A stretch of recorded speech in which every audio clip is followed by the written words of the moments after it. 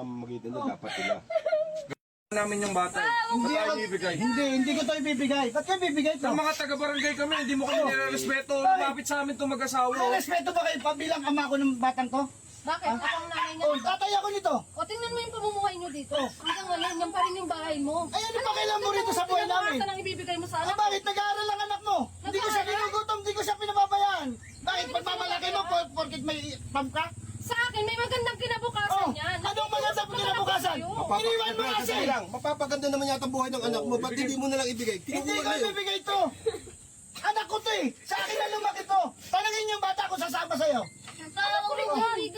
Anak mo nga to. Sa batas, kailangan nasa nanay yung bata. Kaya ibigay mo na kung ayaw mo Kung wala pa sa hustong gulang, nasa hustong gulang na tong anak ko. Kaya niya naman desisyon. Misis, ayan naman pala.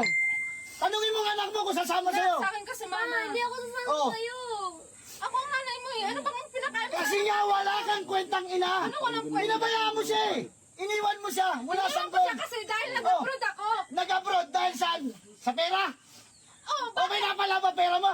anong ginawa mo sa O pera? ano pagmamalaki mo? Kukunin mo nga. Ano pinagsugal? Ay, nag-asawa ako ng iba. Oh. Umalis ka na. Ano may magandang kinabukasan yung anak natin? O ano maganda kinabukasan? Ipagmamalaki mo, may pera ka na ngayon. Bakit? Nagbibigay naman natin ng sustento sa iyo. Bibigay ako sa'yo dati kayo nag-asawa Oh. ko eh. Anong ginawa mo? bigyan mo Ikaw na lang muna yung bata. nag-asawa. Tanungin mo anak mo kung saan napupunta yung pera pinadadala mo. Tanungin mo siya. Oh, lahat ng luho niya ibinibigay ko.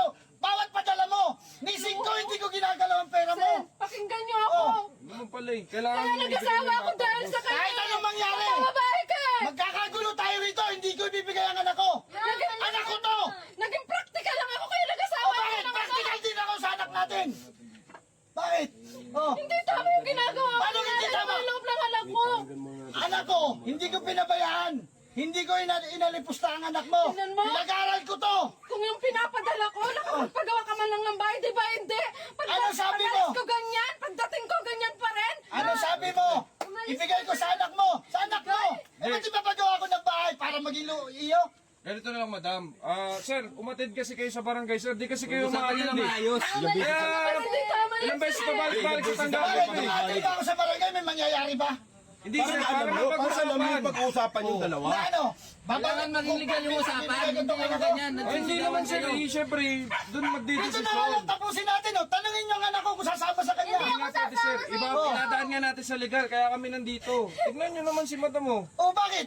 Hindi. Nararamdaman mo ba ang bilang isang magulang? Naiintindihan ko kayo sir, pero ilagay natin sa legal. Dahil sa ako.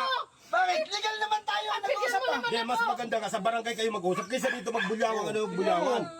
Ayaw nga ng anak ko, tapos na pag-uusapan natin, umalis kayo rito. Kaya pwede ba sumunod ka muna doon sa barangay? Hindi na. Ayaw nga ng anak ko eh. Dito pa nga lang, ayaw na ng anak ko Parang eh. nilalason mo yung isip niya. Nilalason. Totoo Kailan ko naman nilason anak mo? Mama, malis ka na lang kasi.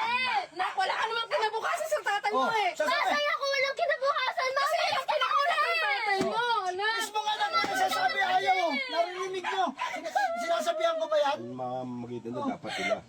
Ganito na lang sir. Bet na lang sa barangay. Pwede to eh. Sa susunod na linggo dapat pumunta na kayo sa barangay para doon tayo makapag-usap ng Walang maayos. problema, harapin ko yan. Aasahan ka namin doon sir ha? Sige, pupunta ako, harap ako doon. Okay. Alang-alang sa anak ko. Oh, yun ma'am, narinig mo ma'am. Pag-usapan ng maayos. Kaya ka ba doon? Ba't yun eh? Kilala ko yun eh. Hindi, sige ma'am, kami bahala dyan. Ang Basta pag buhay hindi kasi siya hindi umaten, dinadaan sa may pera. pag hindi siya Dapat umaten, mahal mo ang anak mo, hindi mo iniiwan. sir, ganito na sir. Ano? Pag hindi ka dumalo doon, kukunin namin ang bata. Kung sasama sa inyo, ibibigay ko yan. Tara, yun na lang. Magkakaproblema tayo pag hindi sumama yung anak ko. Umalis na kayo rito.